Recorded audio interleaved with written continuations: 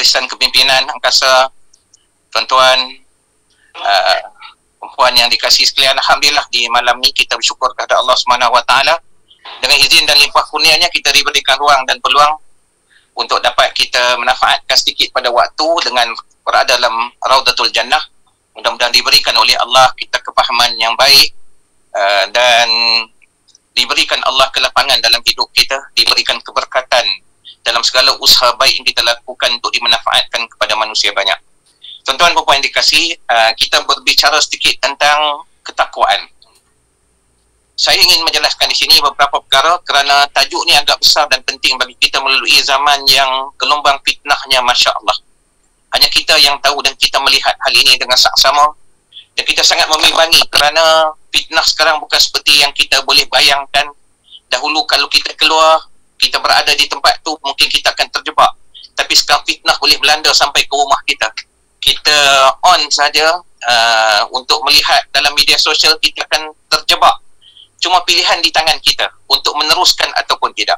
So mari kita melihat sedikit di sini kenapakah sifat takwa itu penting pada kita untuk membawa diri kita melalui laluan-laluan yang tidak terjangkau oleh akal kita ini dengan bantuan Allah Subhanahu Wa Taala. Yang kedua, kita dielakkan oleh Allah daripada terjebakkan hal sedemikian rupa.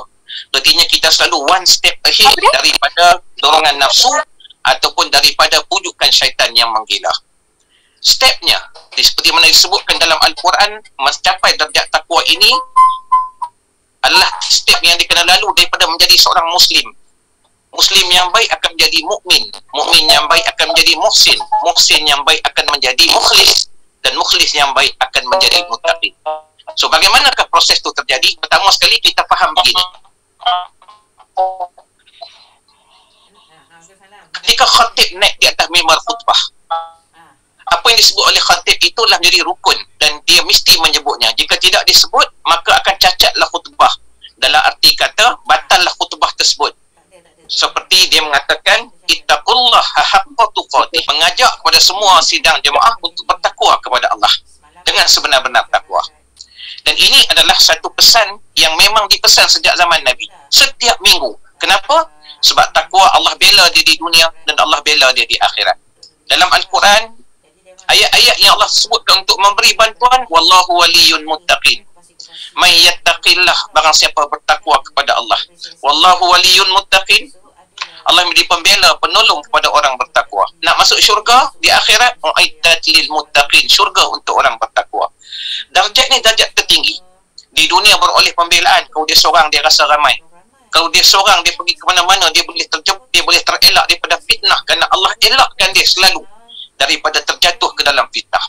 Di akhirat dia beroleh pembelaan daripada pihak Allah. Maksudnya ketika melepasi semua soal jawab, ketika ditimbang amal, kemudian berada di atas sirat, para muttaqin akan lalu di atas sirat itu tanpa jatuh dalam neraka walaupun satu saat. Dan itu adalah kelebihan menjadi muttaqin. Dan Allah menyebut sesuatu yang selamat di dunia dan selamat di akhirat. So bagaimana kita nak mencapainya? Dalam hadis yang singkat ini, mari kita lihat proses kita, tuan-tuan. Puan-puan, mudah-mudahan kita dapat melalui dengan kefahaman, supaya apa yang kita dapat di sini mudah-mudahan beroleh satu anjakan dalam diri kita. Contohnya saya mengambil daripada Muslim. Menjadi Muslim satu keperluan. Para anak Rasul sebelum mereka meninggal, sebelum mereka wafat, mereka berpesan pada anak-anak mereka dan juga kepada para pengikut. Wala tamutunna illa wa antum muslimun, dan janganlah kamu mati melainkan kamu seorang Muslim. Kenapa? Hanya Muslim sahaja, walaupun dia jatuh dalam neraka, wal'ayadzubillah min zalik, lama di padang mahsyar, lama melalui hisab, tetapi dia akan tetap ke syurga. Kerana matinya membawa iman. Masalah Muslim adalah dia mudah terpengaruh dengan keadaan dan dengan siapa kawannya. Dua perkara mendorongnya, jadi baik ataupun sebaliknya. Bertemu dengan sahabat yang baik, dia akan jadi baik. Bertemu dalam kumpulan rakan WhatsApp yang baik, dia akan bertindak baik, berkata baik. Dia kadang-kadang dia terjatuh juga dalam kesilapan, tetapi dia segera meminta ampun. Bagi seorang mukmin, dia nak bertaubat, dia nak istighfar tidak mesti selepas solat. Bukan di atas, di kasmayang. Bukan di masjid dan surau, di mana sedar kita tersalah, di situ minta ampun. balik ke kampung, jumpa dengan mak, elok-elok nak balik mai ke Kuala Lumpur ni, mak kata baik-baik jalan tu hujung minggu kereta banyak. Tahulah mak tu duduk di kampung jaga diri. Mak kita pun terdiam. Kita naik balik kereta, mukmin ni dia segera insaf. Dia tak boleh. Tu sifat mukmin. Dia kalau terlewat waktu solat pun, Allah, kenapa ish tak solat lagi ni? Allah, ish kat mana tempat nak solat? Jika kita ada rasa macam tu, artinya iman membaca betul dalam diri kita, sedang disiram. Dia rasa terganggu bila hak Allah tu dilewatkan. Begitu bila salah dengan manusia. Mukmin dia begitu. Muslim dia tak kisah. Mak aku cacatkan hatiku berapa kali, ayah aku rosak. Dia macam tu je dia. Tapi mukmin terkata macam tu naik kereta ni, dah bawa kereta dah ni. Allah, kenapa lah? Mak tu doakan aku, apa hal yang aku cakap kat mak?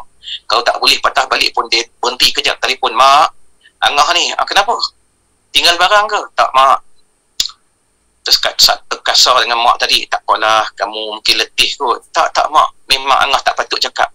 Angah minta maaf kat mak. Yalah, mak maafkan kamu. Tu, mukmin.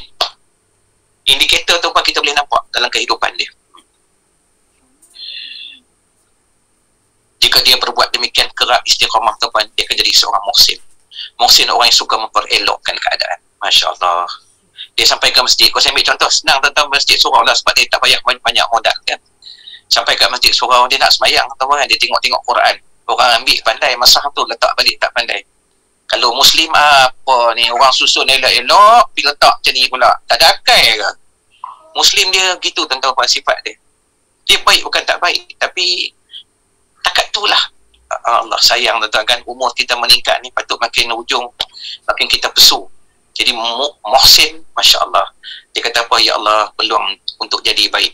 Rumah aku pun aku tak suka kalau keadaan macam ni, lagi rumah Allah. Dia ambil masa dia susun Quran tu bagi elok. Orang hebat tuan-tuan. Dia masuk kat bilik air, dia tengok ada orang kencing tapi tak flush. Dia tak boleh tuan-tuan. Walaupun dia tak guna tandas tu, macam kita cari tandas lain. Dia tanya saya kan. Tapi muhsin tuan-tuan, dia akan ambil masa pergi flush. Walaupun dia tak guna tandas tu sebab aroma yang tak menyenangkan. Tapi dia tak boleh tengok masalah. Rumah Allah orang buat macam ni, dia pergi tekan flush. Ni muhsin. Orang yang suka memperelokkan keadaan. Perempuan, kalau perempuan pergi ke masjid, kita perempuan tengok ada telekung kan, bila pakai je rasa nak pitam je. Tahap kemasaman telekung tu. Tapi muhsin, Masya Allah, dia balik ke rumah dia, perempuan, dia ambil 3-4 helai telekung yang ada kat rumah dia tu, dia tanda sikit kat situ, dia bawa ke masjid. Dia ambil 3-4 helai telekung ganti tu, dia bawa ke rumah dia, dia buat apa? Dia basuh, dia cuci, dia iron, dia mai letak balik kat masjid, dia ambil pula telekung dia. Macam tu tiap-tiap minggu dia buat. Ini orang Masya Allah, muhsin, suka memperelokkan keadaan. Nak balik kampung buat persiapan tuan-tuan, pakaian lama tu ada lagi, pakaian tu pakaian elok yang kita boleh pakai, tapi kita tahu kita tak muat dah, anak-anak kita pun dah besar dah. Asingkan pakaian lelaki, pakaian perempuan, pakaian dewasa. Buat sebab tuan-tuan, dia cari on the way nak balik kampung tu, cari rumah-rumah orang susah, tangan anak kita yang bagi, bukan tangan kita. Bila dia suka memberi kepada orang, Allah campak di hati dia, suka melihat mak dan ayah dia bila hari itu. Wallah tuan-tuan, belum mati kita boleh nampak dah. Orang hebat ni tuan. Nak balik kampung, telefon dulu kakak, tanya, Along, Kak Long, ni kawan-kawan ayah ada lagi ke? Ada 3-4 orang lagi duduk hidup lagi. Alhamdulillah. Kata-kata Angah nak balik ni, ingat nak ziarah dia bang. Antara tanda-tanda seorang anak yang soleh ialah dia menghubungkan silaturahim, ukhuwah dengan teman-teman mak, teman ayah. Nak balik tu beli hamper ke, beli krepek. Hadiah tak mesti mahal, hadiah adalah hadiah. Atau bawa duit ke, atau pegang RM50 ke, Masya Allah. Pergi je ziarah, tangan anak kita bagi kat dia. Dia gosok kepala anak kita ataupun cucu kita. Baiknya kamu macam Tok Wan kamu, dapat doa orang. Tabarakallah. Muhsin. Dia Allahu Akbar. Setiap tempat duduk di mana pun dia fikir nak buat baik. Jika dia berbuat demikian, kekal buat demikian, dia akan jadi seorang mukhlis. Mukhlis ni orang yang taat ke Allah tu pada tak kira. Dia ada sikit ke banyak, dia akan buat yang terbaik. Duduk di rumah ataupun duduk di masjid, dia akan pakai pakaian terbaik. Kan kita tak sama ataupun kan, duduk di rumah kadang pakai lebih kurang je. Masjid kita pakai elok sebab orang tengok, oh mukhlis tak. Dia kata Tuhan yang sama aku sembah. Kenapa berbeza cara menyembah? Masya Allah. Sebab tu dia angkat tangan berdoa, mudah makbul doanya. Kerana dia meletakkan Allah di tempat yang tinggi dalam hidup dia, di mana-mana dia berada. Masya Allah. Dia kalau memberi tu puan kan, dia bukan memberi ala kadar, dia memberi sebaiknya. Kalau saya buat contoh Syah ada duit, Syah bagi contoh. Kalau dia memberi tuan kan, katalah ada duit, saya buat contoh tuan ni, hujung-hujung lah ni. Kalau dia memberi, katalah contoh dia ada duit kat tangan dia RM10 lah kata. RM10 sekeping je. Saya pinjam kat sahabat saya Syah.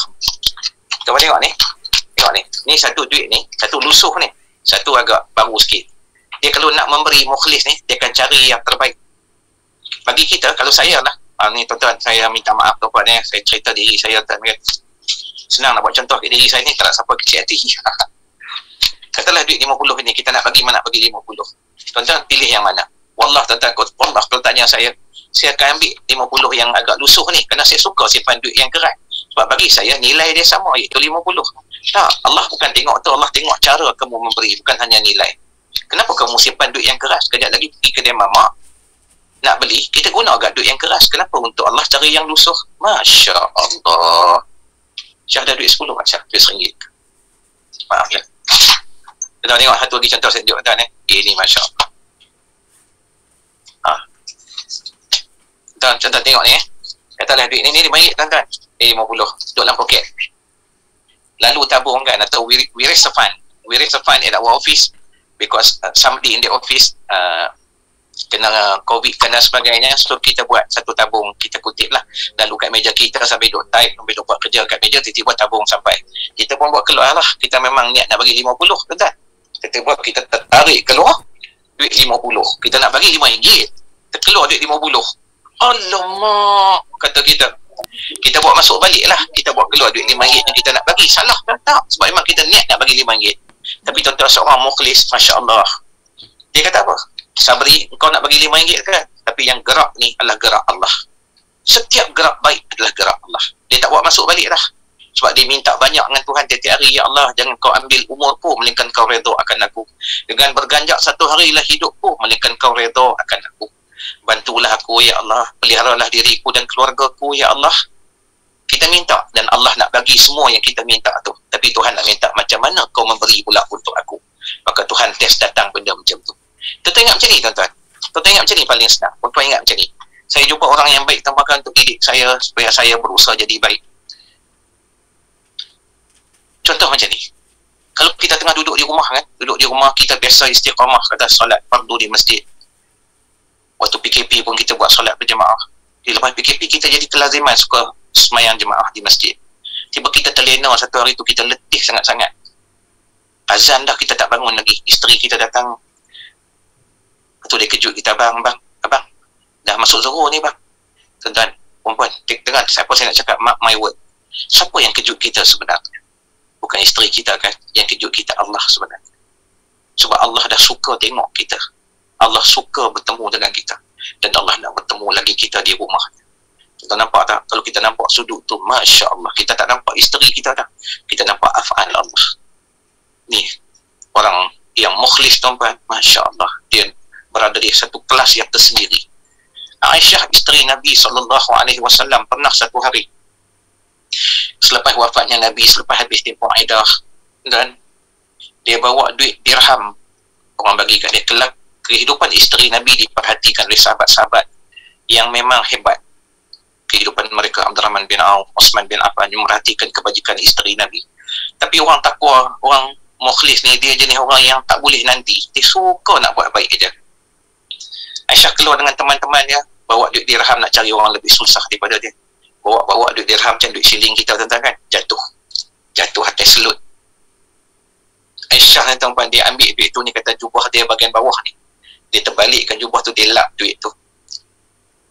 Isteri Nabi tuan-tuan dididik oleh Rasulullah, at-tuhuru syatrul iman, kebersihan sebahagian dari iman. Padahal selut bukan najis, kotor. Tapi kalau dia buat belah depan ni, kalau orang nampak isteri Nabi tak jaga kebersihan, dia terbalikkan bahagian dalam, dia lapnya. Teman-teman yang ikut kata, ibu, bukankah duit tu ibu nak berikan kepada orang? Maksudnya apa? Nilai tu yang penting, bukan duit tu. Tapi apa kata Aisyah? Ya betul. Tapi Allah bukan hanya melihat kepada nilaiannya, Allah juga melihat cara kamu memberi. Masya Allah, Masya Allah. Hebat tuan-tuan.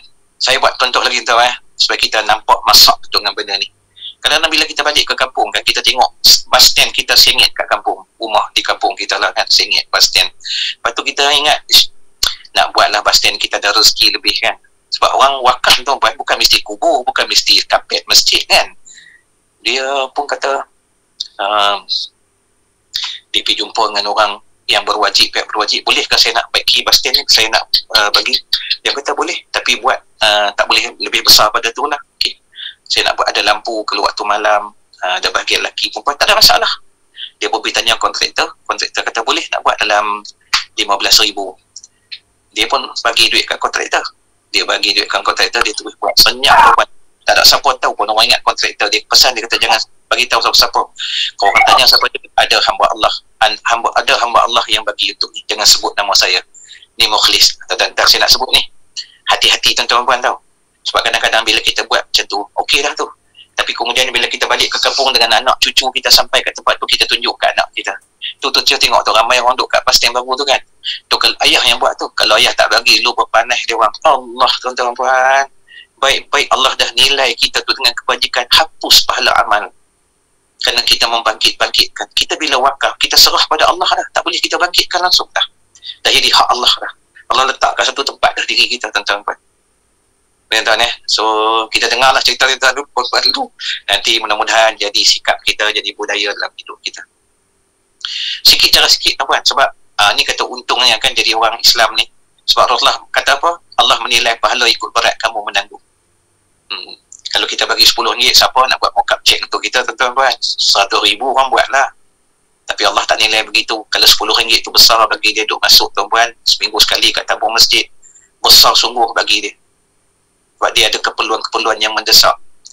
Dia boleh bagi RM10 tu istiqamah bertahun-tahun, 4 kali dalam ataupun 5 kali tuan-tuan dalam sebulan dia akan masukkan ikut minggu hari Jumaat. Lebih besar daripada orang boleh bagi 1,000 tuan-tuan kerana duit dia berjuta, tapi dia tak bagi pun. Allah nilai begitu, bukan nilai besar atau kecil.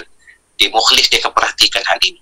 Untuk mudah kita faham mukhlis ni, saya nak bawa satu perkara tuan-tuan kan. Imam Ghazali menyebutkan hal ini, rahmat Allah untuknya. Dia menyentuh soal hati ni sangat luar biasa. Dia kata satu hari satu orang tu pergi sembahyang di masjid. Dia masuk masjid, dia tengok kita distancing sekarang ni kan. Tengok orang kat bahagian belakang ni penuhlah sejadah. Lepas tu dia pun lintaslah bahu demi bahu, pinggat lutut demi lutut orang. Dia tengok bahagian depan tu ada satu saf, bukan tempat imam, bukan tempat penceramah, kosong. Dia pun letak sejadah dia nak takbir. Lalu melintaslah ke hati dia. Imam Ghazali kata, melintas ke hati dia. Katalah contoh saya tuan-tuan, Sabri, ramai orang tu tengok engkau kat belakang ni, kau berhati-hatilah. Syaitan ni tuan-tuan, kita maklum kan, dia ni kalau dia tak boleh halang orang tu buat jahat, orang tu buat baik, dia cuba nak rosakkan kebaikan tu. Tu syaitan. So bila kita nak takbir, dia kata kau hati-hati Sabri, kau buat sebaiknya lah, ramai duk tengok kau kat belakang. Biasanya kita baca Fatihah 3 nafas je. Ni tiap-tiap satu ayat 1 nafas. Masya Allah. Kita jaga dia punya tamak-nina, tasbih kita buat 3 kali, rokok dan sujud kan. So waktu kita nak takbir atau ihram tu, dia melintas macam tu. Lalu hati kita yang dah belajar ni, kita kata apa? Kalau sembahyang riak ni, kalau riak bukan ada pahala, maka dia ambil keputusan. Imam Ghazali bagi pendapat, dia duduk je lah. Dia naik iktikaf, dia terus duduk. Kata Imam Ghazali, kamu duduk kerana takut orang kata juga dah riak. Walaupun nak iktikaf, antara dua riak, lebih baik riak beramal daripada riak tidak beramal. Masya Allah. Kenapa? Lama-lama bila kita buat tuan-tuan macam tu, kita tak kisah ada orang tengok ke tak tengok. Nampak tuan-tuan ni? Dia nak latih supaya kita jadi seorang yang ikhlas. Tapi ada orang hebat tuan-tuan. Ada orang ambil cara Sayyidina Umar. Sayyidina Umar ni bila dia memberi cara terbuka. Sayyidina Abu Bakar memberi, dia suka cara sir. Ada orang hari ni tuan-tuan, dia letak RM100 tiap-tiap minggu kat tabung masjid. Tapi dia buat macam ni, dia jaga hati dia juga supaya tak rasa bangga dan orang pun tak nampak kan. Dia buat apa? Dia gulung duit RM10 tu. Saya jumpa tuan-tuan, dia gulung duit RM10, duit RM10 lah. Dia gulung dalam, maafkan saya, dia gulung duit RM100 tu, dia lipat-lipat, dia letak dalam duit RM1. Jadi orang nampak masuk RM1 lah. Ada orang kata tunjuklah biar orang tahu. Ya, tapi ada semua orang dia tahu kelemahan dia. Kalau dia masuk, dia rasa bangga. So dia tak nak orang tahu, biarlah orang nampak aku bagi RM1. Yang tahu Allah saja. Ini cara dia menjaga keikhlasan dia dengan Allah. Okay, tuan-tuan, puan. So saya nak kata tuan-tuan kan, kalau kita buat apa-apa tuan-tuan, buatlah sebaiknya. Kalau kita semayang di rumah pun, kalau kita pergi masjid pakai jubah, di rumah kita pakai juga. pakai yang terbaik. Sebab Allah yang sama kita sembah. Doa yang kita minta di masjid sama doa minta di rumah. Kemudian kita heran kenapa doa lambat makbul, kenapa anak kita makin biadab, kenapa isteri kurang setia, kenapa suami kurang belas kasih pada kita. Rupanya kita tidak berbuat selayaknya untuk Allah. Mari tuan-tuan, dengan semangat kita sebagai seorang Muslim yang nak kembali pada Allah atas nilai yang takwa, kita berbuat sebaiknya untuk Allah. Dan jika dia kekal berbuat demikian, dia akan melangkah masuk kepada takwa. Masya Allah. Berada dalam darjat takwa lah kelas tersendiri, tuan-tuan. Orang takwa ni, dia tiap-tiap hari, tuan-tuan, tiap-tiap hari fikir nak buat kebaikan apa, nak tambah. Setiap hari lah hari baru dalam hidup dia. Setiap hari lah kebajikan baru dalam hidup dia. Kita, tuan-tuan, kan, saya nak sebut, nak patah balik sikit. Kalau kita boleh jadi orang soleh. Orang soleh ni duduk kategori tadi lah. Mukmin, muhsin, mukhlis ni. Kan? Kalau kita boleh duduk di situ, alhamdulillah. Duduk tu maksudnya macam mana?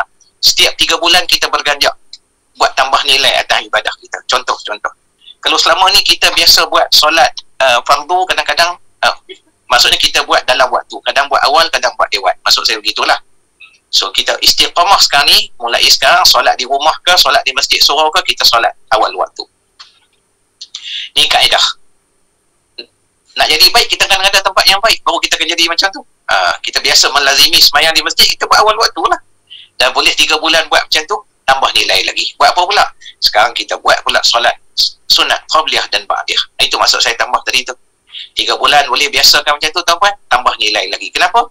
Dia kata begini, in every 3 months, people will get bored seeing doing the same thing, and then they take thing for granted. Setiap 3 bulan kita jemu, tengok, buat benda yang sama. Lepas tu kita start buat lebih kurang. Jadi setiap 3 bulan kita upskill, update, upsource, tingkatkan segala-gala yang ada ke diri kita. Kita kena manusia lebih baik. Ni kaedah untuk kita nak berpindah tahap tu. Dah boleh dah istiqamah solat fardiyah dan ba'diyah, sampai di masjid kita nak baca Quran pula. Tiap-tiap kali solat fardu kita akan baca Quran. Contohnya gitulah. Apa-apa yang tuan-tuan dalam hidup kita ni, kita perhatikanlah. Kalau dalam menderma selama ni kita bagi RM1 tiap-tiap hari, kita selepas 3 bulan RM5 contohnya. Maintain. Lepas tu 3 bulan lagi tambah jadi RM10. RM10 tu maintain lah setahun ke, tuan-tuan, kan. Buat rasa macam berat, RM10 nak bagi tiap-tiap hari tu contoh yang lah. Itulah. Apa-apa je, tuan-tuan, kebajikan yang kita buat gitu. Kita ada mak dan ayah masih hidup, seminggu sekali saya tu buat training pergi ke Filipina, Indonesia, kan, pergi ke Brunei. Saya tanya kan orang tua-tua kalau yang ikut kan, is an Asian country dia campus time. So dia tanya, kata berapa lama kalau tak jumpa dengan anak, nak dengar suara, nak tengok. Dia kata seminggu sekali dia nak dengar suara anak dia. Sekarang lagi tu boleh buat WhatsApp video call, mak dengan ayah dia suka tengok, just to say, mama I love you, ayah saya sayangkan ayah. Tentu akan tengok dia sebab dia tak dengar kalimah tu sebenarnya. Kita jadi mak dan ayah pun kita begitu sekarang. Jadi sekarang agak terbalik. Saya nak nasihatkan diri saya dan kita semua, kita jangan jadi macam dulu kita mak ayah ni kita telefon dia, kan. Sekarang ni anak kita dia tak begitu tu, dia tak berpindah feeling tu. Kita nak cerita kita susah pun payah, dia tak nampak susah kita. Kita keluar pagi tadi bau kita punya perfume, balik petang perfume tu tak hilang lagi. So kadang-kadang kita kena telefon, seminggu sekali telefon dia. Along, ayah ni, kenapa ayah? Tak ada, ayah teringat kat Along, ayah rasa rindu dengan Along. Biasa-biasa kan. Kalau anak kita tak buat, kita buat. Supaya, bukan potong-potong, ni kaedah supaya terpelihara iman dia. Sebab anak-anak ni dia mudah sangat dengan kawan, dengan internet, sos dia tu luas sangat. Dia mudah lupa kita. Supaya kita berada ke hati dia. Dalam pendidikan dia kata, supaya mak dan ayah ni terus monitor hati anak tu, dipanggil the monitoring soul of the parent. Supaya kita ni berada di hati anak dan di hati anak kita, berada kita di hati dia. Kita kena selalu buat macam tu. Seminggu sekali, tuan-tuan, just call them untuk menunjukkan kehadiran kita ke hati dia. Ni cara kita membina kesolehan lah. Sebab kalau Allah dah duduk ke hati kita, tak ada masalah. Tapi kalau tak ada, kita kena ada hal-hal lain yang dekat-dekat ni, yang mengikat dan membantu kita. Okay, tuan-tuan, itu saja pesan saya, tuan-tuan, dalam majlis yang ringkas ni. Mudah-mudahan ada kebaikan menapak untuk menjadi seorang muttaqin. Muttaqin ni panjang cerita, tuan-tuan. Cuma kalau saya nak sebut satu kisah, tuan-tuan, kat sini sebagai penutup kat sini. Satu kisah kita ambil, tuan-tuan. So mudah-mudahan ada kebaikan untuk kita bersama. Saya ambil contoh ni, tuan-tuan. Saya suka sangat kisah Aisyah ni. Masya Allah. Aisyah pernah satu hari dia keluar dengan teman-teman, dia pergi ke kebun kurma. Sampai kat kebun kurma. Ni nak cerita wanita bertakwa, tuan-tuan. Selepas ketiadaan Khadijah, Masya Allah, kedudukan Aisyah di sisi Nabi. Dan Allah pandang di tempat yang mulia, tuan-tuan. Mati pun atas riba Aisyah. Dia pergi kebun kurma, dia tanya tuan punya kebun kurma, ada kurma kamu tak mau jual? Tuan kurma tengok tuan isteri Nabi. Wahai ibu, pilihlah kurma mana yang ibu nak. Dia kata, tak, saya tanya kamu ada kurma kamu tak mau jual? Tunjuklah logokan kurma yang dah dipilih dah. Dia duduk dengan teman-teman dia, boleh dah bawa dah perca-perca kain kan. Duduk, dia pilih koyak, kurma tak elok, ambil bahagian yang elok, buang bijinya, letak dah pakai kain tu. Bila dah agak cukup dengan jumlah besar kain tu, dia pun ikat buat macam punjut. Lepas dapat beberapa punjut tu, keluar dengan teman-teman dia pergi cari orang lebih susah daripada dia. Orang takwa setiap hari, tuan-tuan, setiap hari merencanakan sesuatu kebaikan untuk dibuat. Sebab dia nak jernihkan jalan pulang. Tuan-tuan, bila kita dah sampai umur melewati 40-an, hati-hati tuan-tuan, hati-hati. Kita memang dah masuk umur asah. Tuan-tuan pernah tengok orang lari acara balapan, acara padang 10,000 meter, berapa kali tuan-tuan dia pusing padang tu, belasan kali. Sebab satu padang 400 meter international standard. Bila dia lari, tuan-tuan tengok tak, bila dia orang lari, masuk pusingan kedua, semua akan duduk di barisan paling dekat dengan padang. Terpecah mereka pada beberapa kelompok. The best athlete akan duduk kat grup yang pertama, tapi seorang pun tak sprint, tapi berada in the best group. Nak cerita golongan takwa dengan yang lain-lain ni. Kemudian golongan kedua, kemudian golongan ketiga, kemudian bertabur sampai ke belakang. Dia orang punya rentak lari dia sama, berada istiqamah dengan kebaikan. Kalau istilah saya lah, kita tengok nak ambil tamsilan tu, tapi berada dalam kelompok terbaik. Bila dia orang sprint, tuan-tuan, the final lap, pusingan akhir, itu pun bila the last 200 meter, because the winner is who touch the finishing line. Makin lama kita hidup, makin masak kita dengan kerja kita, kebajikan yang kita buat, kita tahu tahap kita boleh memberi. Kalau kita boleh beri yang terbaik, tuan-tuan, boleh selesai dalam masa seminggu. Kenapa tunggu 2 minggu? Allah tahu tu. Kita kata kalau kita buat lebih, nanti beban workload kita akan dibagi lebih pada kita. Tuan-tuan, Allah nak bagi pahala kita, jangan tengok gaji. Yang Allah nak bagi itu, Allah nak hapuskan dosa kita, Allah nak tingkatkan darjat kita. Bila kita mati, baru kita tahu betapa dahsyatnya yang dikatakan pahala itu. Berapa dahsyatnya kita bagi masa, tenaga, walaupun gaji kita sama, tuan-tuan kan, dapat banyak tu tapi kita bagi lebih. Betapa hebatnya memberi itu, memberi. Masya Allah. So kalau tuan-tuan puan, saya tuan-tuan puan ada ruang, ada peluang diberi oleh Allah. Nampak je kebaikan, lintas dia buat. Kalau tak banyak sikit, jangan beri lintasan kedua masuk. Tak apalah, nanti esok boleh baca. Kita dah baca surah Al-Mulk kan lepas Isyak. Lepas tu nak tidur, dia mari lintasan. Bacalah ayat kursi, bacalah 3 qul. Mari lintasan kedua. Tadi dah baca dah surah Tabarak, tambah tak syaitan. Padahal tu kebaikan kan. Masya Allah. Mungkin malam tu Allah nak tingkatkan darjat kita. Mungkin malam tu Allah nak pelihara kita. Mungkin malam tu Allah nak tunaikan segala hajat kita. Setiap kebaikan yang lintas, baik dengan Allah atau dengan manusia, buat sebaiknya. Kucing datang lintas, kita tengah makan, duduk bawah kaki kita. Kita tengok orang lain duduk kuis dengan kaki je. Kalau seorang mukmin, dia tak kuis. Dia akan ambil daging yang dia makan, ayam yang dia makan, dia akan koyak-koyak, masuk tulang bagi kat kucing tu. Tapi seorang muttaqin, Masya Allah, kita nak tahu dia buat macam mana. Dik, sini dik. Dia datang, kenapa bang? Bagi seketul lagi ayam. Ayam yang dia makan terbaik, ayam tu dia bagi pada makhluk Allah. Kenapa? Dia tahu kucing tu datang tak pernah nak minta mayuri. Kucing tu datang nak minta apa? Memang dia lapar, dia nak makan je. So apa yang terbaik dia makan, itu dia bagi pada makhluk Allah. Dia kata apa? Allah yang hantar, sebab Allah nak selesaikan hajat aku. Dia bersangka baik semua dengan Allah. Mudah-mudahan Allah jadikan kita para muttaqin. Tuan-tuan, saya nak cerita bab ni panjang sebenarnya dan banyak sungguh. Tapi saya gembira tuan-tuan kan, saya berkumpul dengan tuan-tuan puan di hari yang baik, Sayyidil Ayyam ini, hari Jumaat. Kita dapat berbuat baca Yasin, beramai-ramai doa untuk diri kita dan sahabat-sahabat kita, mohonkan kesihatan.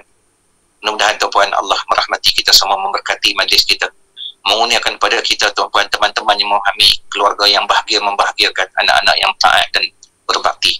Mudah-mudahan Tuhan kurniakan kepada kita kesihatan pada lahir dan batin, pada badan dan akal, untuk kita manfaatkan untuk organisasi kita angkasa tuan-puan yang beri khidmat kepada orang. Mudah-mudahan kita beroleh jalan pintas ke syurga. Banyak orang masuk syurga bukan pasal amalnya ada cacat, ada riak, ada ujub, banyak kena soal. Tapi bila kita buat khidmat pada orang, mudahkan hidup orang, orang beroleh kebaikan atas apa kita buat. Kita dapat doa manusia.